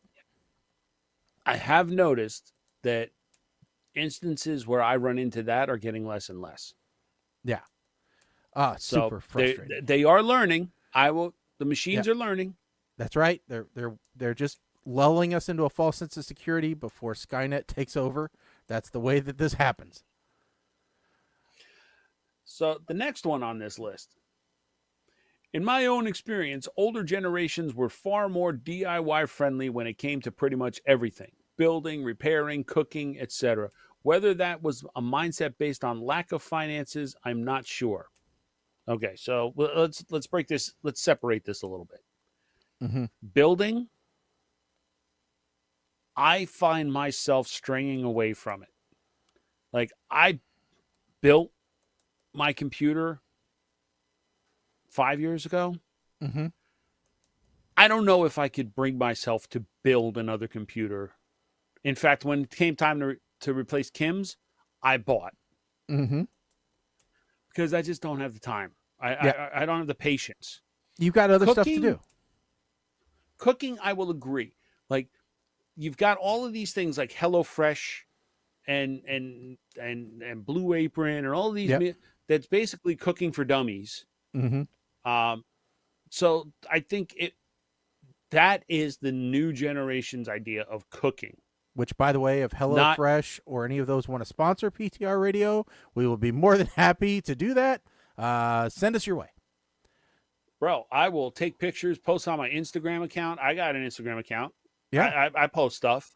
I will take pictures and post up me cooking and all of that stuff if you want to sponsor us. Mm-hmm. Not opposed to y'all. Mm-mm. My issue with HelloFresh is I can't let my wife cook HelloFresh because the going joke is she uses every pot that we own to cook a HelloFresh meal.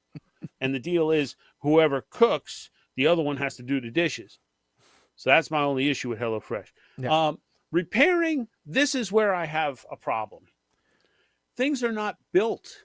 This is No. not a generational thing. It's a manufacturing thing. You can't repair 99% of the stuff that you've got anymore. No, you used to be The able. phrase You used to be the able phrase to. they don't make it like they used to is legit. You used to be able to open up the hood of your car, identify everything in it, take it all apart, put it all back together, and most of the time it would work. And you would have fixed the problem. But now that problem could be electrical, it could be in the computer, it could be anything else. You don't know what the problem is until you've, gone through the diagnostic system. And the same thing is for washing machines, refrigerators, stoves, all this stuff. I mean, you have to take a concerted effort to learn how to repair items. It's not just a YOLO it. I replaced the starter in my 88 Chevy Celebrity without, by looking at a Shilton's manual for, an hour, and then 4 hours in my driveway figuring it out. I couldn't do that today. Not without a dedicated shop and a lift and specific tools. You don't have the resources to do it, even if you wanted to. And if you do decide to, then your warranty is void. Because somewhere there's a little foil sticker that says void if broken. Which is one of the reasons why legislation going through several states and at the federal level for right to repair is important. You can just look at the agricultural industry as a prime example. Farmers used to work on their tractors. They can't anymore. All right? Right. So, it's simple changing of the times. Next one. I remember birthdays or mark them in a calendar and will send a text or card. So many people have told me they appreciate me remembering, knowing I don't have social media to remind me. It means a little more to them knowing I remembered and reached out. We still have a calendar in the kitchen. Well, and the rule in the house is if it's not on the calendar, it's not official. Yeah. One of our ex-co-hosts, Nate, him and his wife have a shared electronic calendar, which is where they put everything that's going on because a busy family has things going on. And sometimes if you can put it on there, it's no different than having one hanging on the refrigerator or whatever. And actually it reminds me of a Am I the A-hole Reddit article that I came across the other day, which was there was a guy, and I'm a lot like this guy actually, who has trouble remembering things. Okay, so didn't remember, when his wife had an important thing coming up at work, or couldn't remember it if left to his own devices. Couldn't remember, certain anniversaries or certain, extended relatives' birthdays or whatever. And so he would put them into his phone as reminders of things that were important to him that he needed to do, especially things revolving around his wife. Like if he knew that she was going to have a difficult day coming up, he would make sure to put an appointment in that says, for 8 a.m., hey, make sure to tell wife, have a good day today, or hey, I know it's going to be rough, let's do a special dinner or whatever. Little things so that it didn't appear like he was a, thoughtless butthead, basically, right? And I do that too. I've put in reminders about when certain people passed away so that I can make sure that I'm there for my wife when she needs me, if I know that she's having a bad day or whatever. I've put it into my phone because I know that if left to myself, I'm not going to remember it. And his am I the a-hole question was, he's like, my wife saw my phone pop up one of these reminders and gave me a hard time about it. She's like, she tells me it's inconsiderate of me to have to rely on the device to remind me, and, doesn't understand, thinks that that is thoughtless. And overwhelmingly, and I happen to agree with the comments, they say that she is wrong. That the thoughtless thing would be to not do anything to address the innate behavior, because what he's doing is saying, listen, I know I have a problem.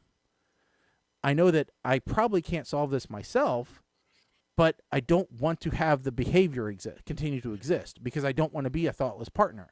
So even if it takes something to remind me, I want to do the effort. So it shows that it's worth the effort for him to do these things, but that, he may need a little bit of help along the way. So, I mean, I completely agree with you. Yeah,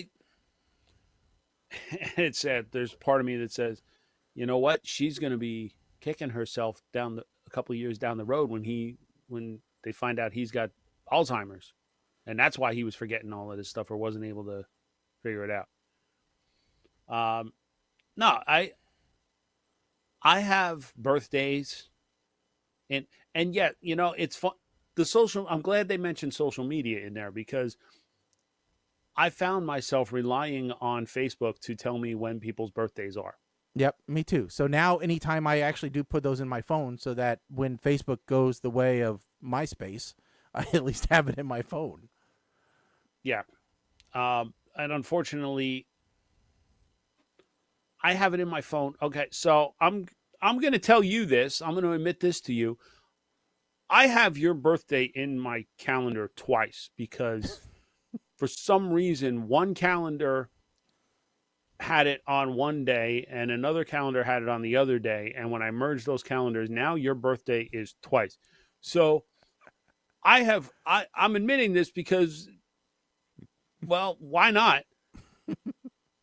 That's why a lot of times you'll see the post, it's his birthday week, so let's see for Shaggy, because I don't know which friggin' day it is. Well, it's the 15th, so you can delete the other one. But yeah, no, I mean that, I agree.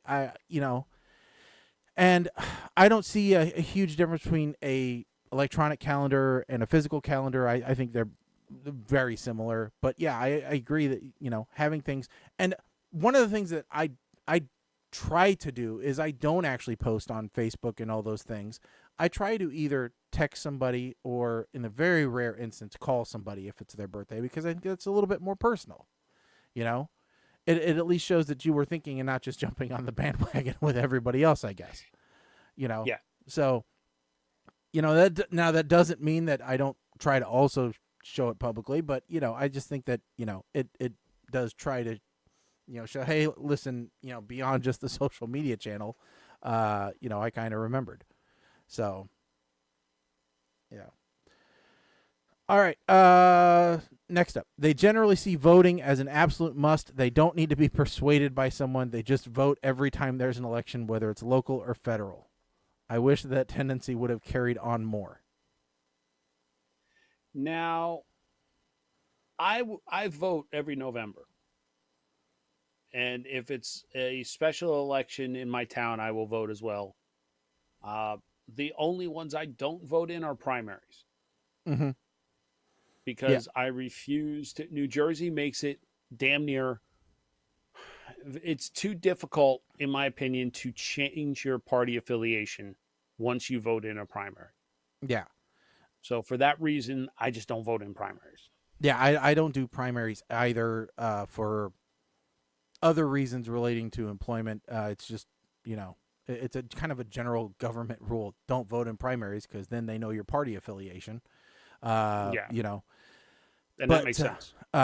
So I don't. But yeah, and honestly, it's only been something within maybe the last 10 years that I have been involved in, 10 or 12 years that I have been involved in is voting. I wasn't involved in it when I, got to voting age. It's only recently that I've, become interested in politics to some degree.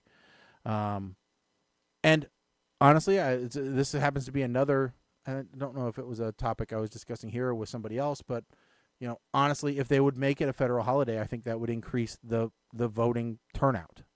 We are one of the few first world countries where Election Day is not a federal holiday. Where it is not a bank holiday.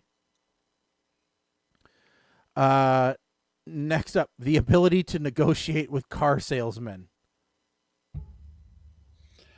So this one, I feel I wish we didn't have to. this one's going to go the way of the dodo. I think. Um, I think we're moving more towards the model of this is the price and this is what we're selling it for. Good, bad, or indifferent. Saturn was that was their entire dealership structure. Well, I can tell you right now, with the lack of inventory on the lots, at least around here, you take what you get and you don't have room to bargain because there's just no inventory here.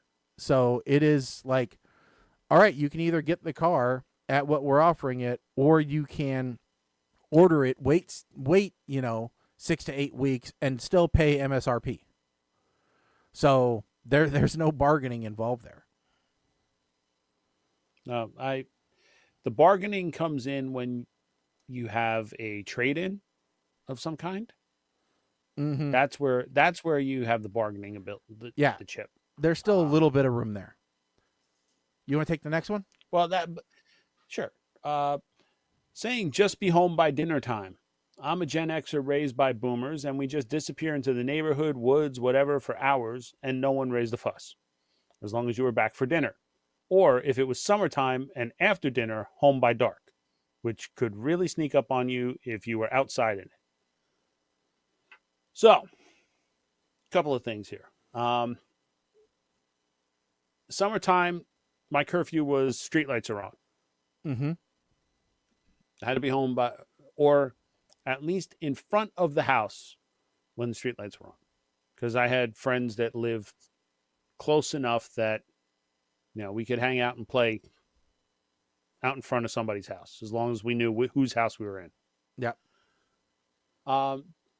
Just disappearing outside. Yes, we would play a game called Manhunt, which is kind of like hide and seek.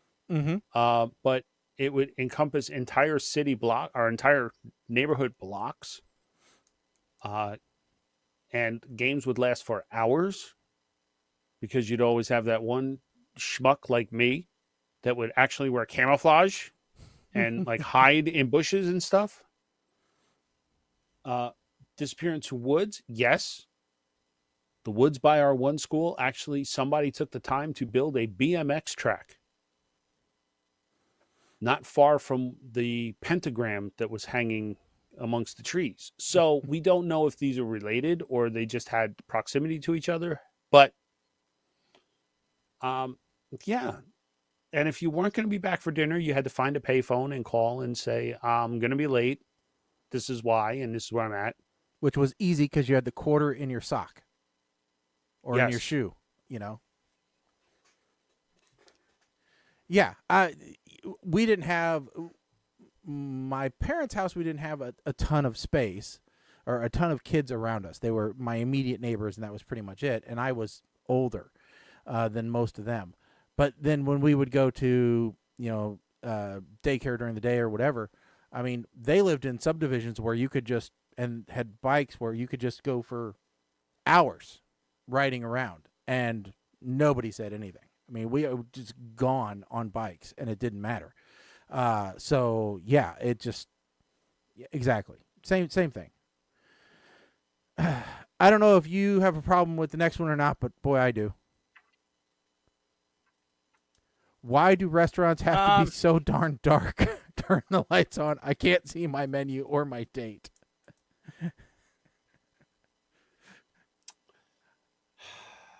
I kind of get mood lighting. It's a little bit more private when things are dark. You're not making up for it by having the little candle votive thing on the table. Yeah. No, but I need more than I need more than a 2-watt light bulb to read my menu. I have actually whipped out my phone's flashlight to read the menu before. So, yes, I know. or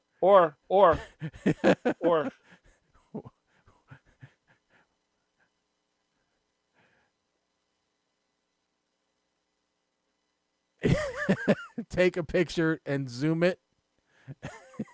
Yes. If I forget my readers, that is definitely what I have done.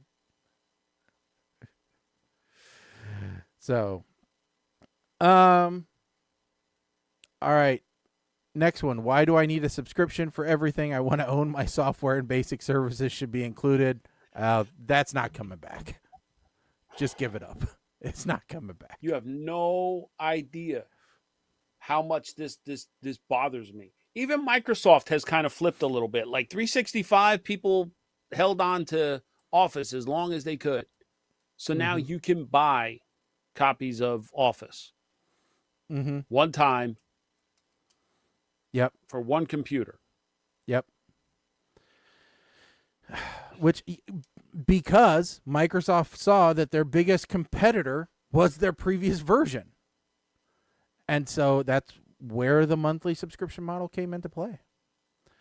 Boomers are more okay with mediocrity. Millennials are obsessed with the hustle culture. And if you're not working a job with 2 side gigs or pursuing your passion, they think you're not doing anything at all. Mike, your thoughts on this? As someone with a side hustle. Well, so boomers and Gen Xers, like, I don't feel any need to try and advance my career level at this point. I'm good at what I do. My higher ups have shown appreciation for the work I do. If that's how you define mediocrity, okay. I don't need a title. I know that I'm going to wind up working for these interns at some point in the near future. I know that. Because they're of the mentality that if I'm not a VP in 5 years, then I need to go to another company. Well, yep. But the pursuing your passion part, that's the part I don't. Because I don't know a single millennial at my job that went to school for what they're doing. Like, yeah. None of them have a degree in Sanskrit, so I don't, and that's a degree of passion. I mean, look, so I don't know. I have actively turned down promotions. You know, have actively not gotten, pursued promotions, and because I like where I am, I believe that is where I need to be, and that I'm good where I am, but that doesn't stop me from pursuing other things in my off hours that I want to do for my own personal fulfillment. Because your job should not define you. Your 8 to 5 should not define you. You also shouldn't be so busy hustling that you can't live your life either, though, because that's not a life. So, especially right now, side hustle stuff is taking a backseat to other stuff. And that's just the way that it is, because I've, burnt you. It's a sequence of burnout, recharge, burnout, recharge. But I do enjoy doing some of the side business stuff. It's fun for me. And here's the other thing, like a lot of these side gigs that millennials think are side gigs. People are making careers out of this. Yeah, they are. So like being an Uber driver, if you think you're doing that as a side gig, okay, well, people are doing that full time and they're making, I'm not going to say they're making a good living. Some do, but they're making a living. Yeah. I mean, and to some degree also, the cost of living is a lot higher. Some people don't have a choice. Yeah. Some people don't have a choice other than to find another job. And that's the other thing, side gig, right? So somebody's not going to work in their office in a financial job during the day, 9 to 5, 8 to 5, and then go work at Walmart at night. Yeah, no. Because that's beneath them. They're not going to go start flipping burgers at night. No. they're going to be a Twitch game streamer or something that, excites them or that they have more fun with. Who knows? So, yeah. Appliances don't need computers in them. All these fancy fridges, stoves, washers, and dryers are all breaking much faster and are unfixable. I don't disagree. Yeah, we had talked about it. Yeah. Somebody says they're a cusper. I mean, my washing machine does not need Alexa, for God's sakes. Oh, no. That's... It is kind of handy if your oven has it, though.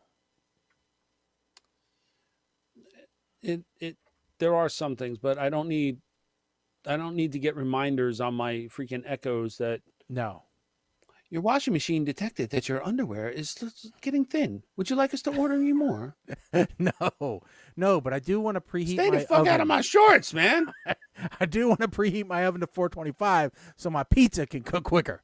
So what's a cusper? Evidently, it's somebody that's in between. From the sound of it, it sounds like somebody who's in between or right on the cusp between like millennial Gen Xer. I would say probably that. He says, I cannot stand reading books or long articles online. Well, at 26, a cusper, that would be between millennial and Gen Z? Yeah, probably. Yeah. But it says I had to print everything out to read it. Okay, I don't like reading long form stuff online, but I'll read short form stuff till the cows come home and usually get into a deep hole.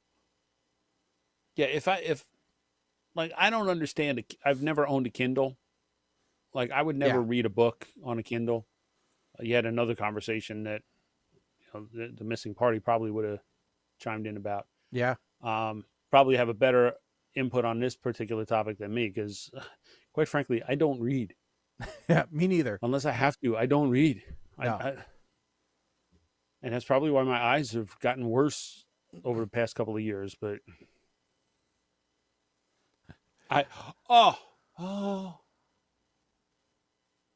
yes. May I? Go ahead. Life before social media, like being able to enjoy simple things without feeling like you have to make a post with pictures for people to see. We all have those friends that feel they need to document their entire life like it's a damn episode of Big Brother on their Instagram stories and stuff. And I have often said, don't get so busy posting your life on social media that you forget to have a life. Yeah, I feel the same way when I see people at concerts recording on their phones, watching the concert in front of them through their little screen. Or any event like that. Yeah, I mean, I get doing it for a little bit. Yeah. And, like I'll do it at a NASCAR race. Like I'll record the start of the race and I'll watch through the phone just to make sure I'm getting the lead, the front of the pack in the video and not just recording, nothing. But and I would so I got to scroll and make sure I'm not jumping the gun here, but no. Like here's the other thing. People post up stuff on their stories and on Instagram, and I post up stuff like this too. So I'll admit to it, but you post up things and you say you're going to do stuff, or you talk the talk, but you don't walk the walk because your story is only up there for 24 hours. Yeah. So when it's gone, it doesn't mean anything. If it's really important, I'm putting that shit in a real post to make sure that I can go back and point to it and say, this is how I felt. This is what I mean. Well, my word is my bond. And I feel like that's lost on the younger generations as well. If I tell you I'm going to do something, I'm going to do something. If I tell you I'm not going to do something, I'm not going to do it. And I think that people get the wrong idea about life on social media sometimes because they think, well, my life sucks because it's not as good as this influencer or this person or whatever. And I have to constantly remind people, they're only showing you the part of their lives that they want you to see. You know, Yes. you're only seeing their life online. You're not seeing all the other stuff that goes with it. So, you know, a life filtered is not a life lived. So, Ooh, I like that. yeah. Yeah, social media is like that's like the highlight reel. Yeah. Of a game. I had You know damn well there's 60 minutes in that football game. Not every play is great. Yeah, I was doing a conference last week. I was lucky enough to be brought in virtually on a conference for work for a group of people who were into human services and from all over the country. And more proof that I don't always think before stuff comes out of my mouth. I was talking about actually using AI and having it generate your first draft of things, because sometimes coming up with the first draft is the hardest thing. And so then taking that first draft and basically sometimes you completely gut it, but at least it gets thoughts out onto a page. And I made this stupid analogy. I said, sometimes you have to throw spaghetti against a wall to get a Picasso. Now, that is going to live forever. But what's funny is people knew what I meant, you know. And so now I'm, you know, but I mean, that's not something I would normally put out there on social media, but I'm glad that it happened nonetheless. So here's another one that I recently learned. Instead of apples to oranges, you're comparing apples to potatoes. Yeah. And I was like, well, apples and oranges are both fruit. Mm-hmm. Oh yeah. Okay. Let's get through the rest of these because we're on overtime now. Oh Jesus, yeah. Number 14, asking workers at a grocery where a certain item is. I think you can still do that in a lot of grocery stores. I refuse. Yeah, I refuse. I don't, but you can. I will get pissed off and point out to management when the signs at the end of the aisles don't match up to what's in the aisles. I wish they had more on the signs so that I knew more items. Showing up to things you said you would and not flaking at the last minute. Before cell phones, you had to show up to meet someone when you said and couldn't text last minute saying something come up. That's just being rude, even if you text at the last minute. Give me a real menu. My phone hates QR codes. Nobody around here does that. We got menus. Well, that's a COVID thing. Yeah. Texting, while convenient for many things, is not an equivalent replacement for chatting on the phone with a loved one or an old friend. No, sometimes it's much, much better. See this? I have a 3-text rule. If it takes more than 3 texts to complete your train of thought, dial the number. Yes, that's a good rule. That's a good rule. I like that. And the last one, my grandmother still ends a call with, well, I don't want to run up your phone bill, which I adore and will use if I ever talked on the phone. Yes. The day that should be another thing of your 40 if you remember pay by the minute cell phone plans.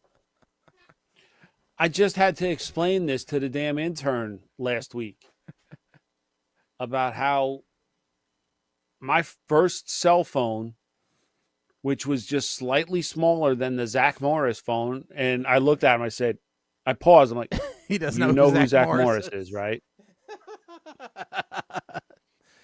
But I said, my first cell phone was $60 a month, and I got 30 minutes of call time with that. And then he said, well, how many texts did you get? And you go, what? There was no text. Yeah, exactly. There was no such thing as text. The first time you forgot to hit end on that phone, that call, you would hit end like it was going out of style. Yeah. Because even if the other person hung up and you didn't hit end, you kept getting billed. You should First time that happens, you should have started that conversation with, when somebody called me on my pager and I needed to call them back. You know, just to warp his mind. Or every phone used to come with a charger because they didn't all use the same cord. Or this was before USB. Or the bag phone. Explain to him a bag phone sometime. Car phone. Yeah. Yeah. Oh, yeah. Yeah. So, all righty. Well, folks, As you know, this has been just a simply amazing episode with, quite honestly, your two favorite hosts. So, want to thank you guys for tuning in. We will be back on the 2nd, I guess. October 2nd. We'll be back October 2nd. Weeks. So, everybody tune in then. Thank you, Mike, for having tonight. Appreciate you, Of course. being here. And folks, thank you for tuning in. We appreciate everybody that tunes into the show, whether it's live or on podcast. Doesn't matter to us.